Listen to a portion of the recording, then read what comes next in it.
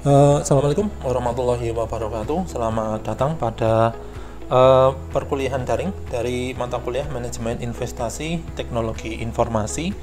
Jadi pada sesi kali ini kita akan membicarakan salah satu langkah yang sangat penting di dalam investasi teknologi informasi yang dinamakan dengan langkah business case.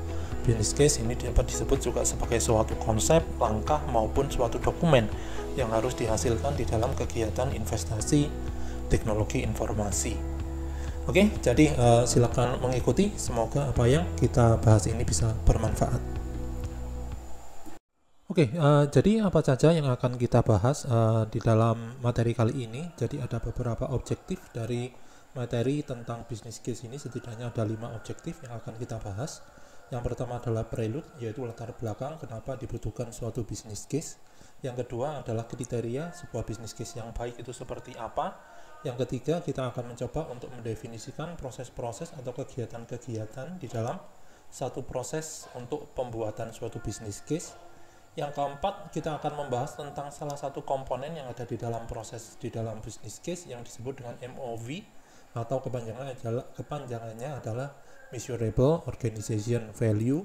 Dan terakhir adalah kita mengidentifikasikan alternatif, mengidentifikasikan total cost of ownership, mengidentifikasikan total benefit of ownership, dan propose solution atau memberikan suatu solusi atau memberikan suatu alternatif yang harus diambil oleh organisasi untuk bisa menginvestasikan atau berinvestasi.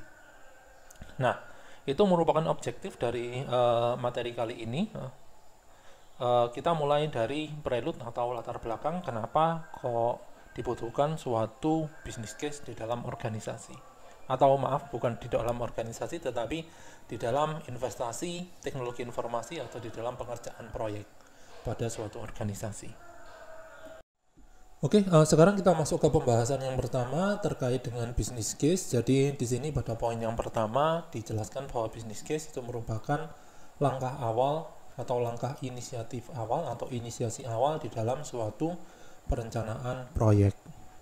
Yang tujuannya adalah untuk menghasilkan suatu investasi TI yang sesuai nilainya dengan apa yang diharapkan tentunya. Nah, sekarang pertanyaannya, kenapa kok business case ini diletakkan di awal? Karena ketika diletakkan di awal, maka business case akan memberikan suatu informasi yang bisa dikonsumsi oleh pelaksana proyek agar mereka itu memahami tentang value atau nilai dari investasi TI atau proyek tersebut. Ya. Itu merupakan poin yang pertama. Nah, pada poin yang kedua di sini adalah business case itu akan digunakan oleh manajemen level yang tinggi atau high level management untuk menyetujui apakah suatu proyek atau suatu investasi teknologi informasi itu akan disetujui atau tidak, akan di-approve atau tidak.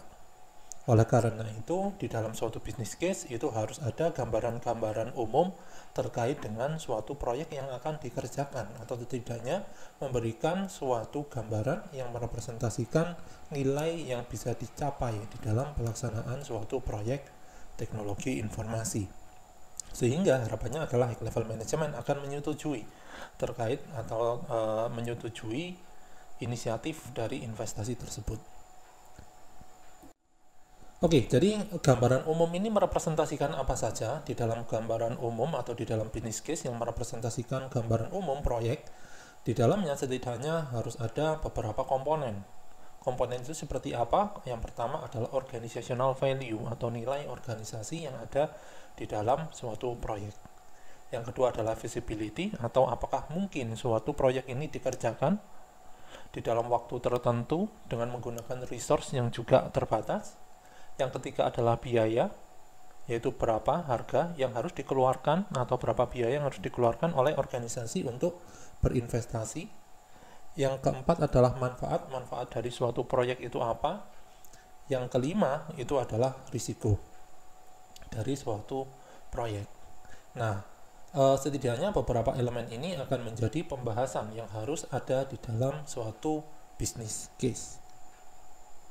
Oke, jadi kalau misalkan kita lihat pada slide-nya, Jadi di sini ini merupakan representasi atau ilustrasi dari sebuah bisnis case. Jadi dari sebuah ide akan dideskripsikan ke dalam sebuah produk.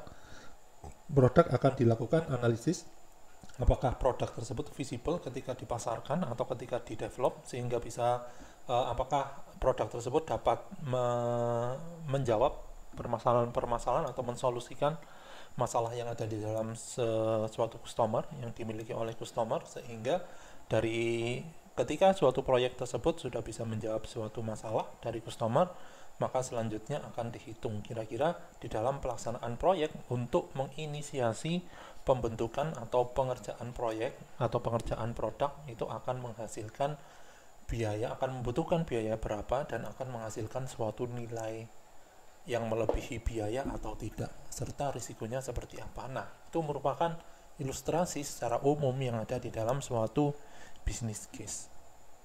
Oke, jadi sekarang kita akan membahas kriteria apa yang menyebabkan suatu business case itu dapat dikatakan sebagai suatu business case yang baik. Setidaknya di sini ada 4 kriteria. Kalau misalkan kita lihat dari ilustrasi yang ada di sebelah kanan bawah, itu ada 5 kriteria. Yang pertama, business case itu harus bisa meyakinkan bahwa ternyata investasi TI ini memang bermanfaat. Yang kedua, business case harus bisa memberikan suatu kejelasan di dalam menentukan suatu decision atau keputusan mana yang harus dilakukan investasi, apakah suatu opsi A, opsi B, opsi C, dan opsi D. Dari beberapa opsi yang ada, mana yang harus dikerjakan, atau mana proyek yang harus dikerjakan, atau mana investasi yang harus diambil oleh organisasi. Yang ketiga, suatu business case di dalamnya harus terdapat suatu value, ya, suatu value atau suatu nilai dari pemanfaatan teknologi informasi sehingga bisa memberikan suatu solusi terhadap kebutuhan bisnis. Yang keempat, di sini ada benefit, yang artinya ada manfaat yang harus bisa dihasilkan di dalam suatu proyek atau investasi teknologi informasi. Dan yang kelima, di sini harus ada suggestion. Apa yang dimaksud dengan suggestion? Yang dimaksud dengan suggestion adalah suatu business case di dalamnya harus terdapat beberapa opsi solusi yang bisa diambil oleh suatu organisasi, tentunya menyesuaikan dengan kondisi yang terjadi di dalam organisasi. Nah, jadi 5 hal ini sebenarnya merupakan suatu kriteria dari suatu business case yang baik. Namun jika kita tambahkan beberapa kriteria lagi, maka akan ada 4 komponen tambahan. Yang pertama adalah suatu business case itu harus memuat secara rinci semua kemungkinan yang terjadi akibat biaya, kemungkinan akibat, terus biaya dan manfaat dari sebuah proyek teknologi informasi.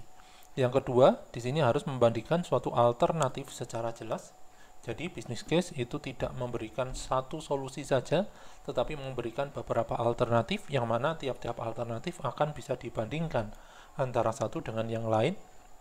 Yang ketiga adalah secara objektif, itu memasukkan seluruh informasi yang berkaitan dengan proyek tersebut. Dan yang terakhir adalah secara sistematis meringkas isi-isi dari tiap-tiap decision, convince, value, benefit, dan suggestion ke dalam sebuah bentuk dokumen yang representatif, mudah dibaca, mudah dipahami, tidak ada kalimat yang ambigu. Nah, itu merupakan suatu karakteristik dari suatu business case yang baik. Menjadi prelude atau latar belakang kenapa sebuah business case itu dibutuhkan di dalam investasi TI yang dilaksanakan oleh sebuah organisasi sampai ke dalam pembahasan tentang karakteristik dari business case yang baik. Oke, jadi itu merupakan materi pada bagian yang pertama. Kita akan lanjutkan pada materi bagian yang kedua yang membahas tentang proses di dalam menyusun business case.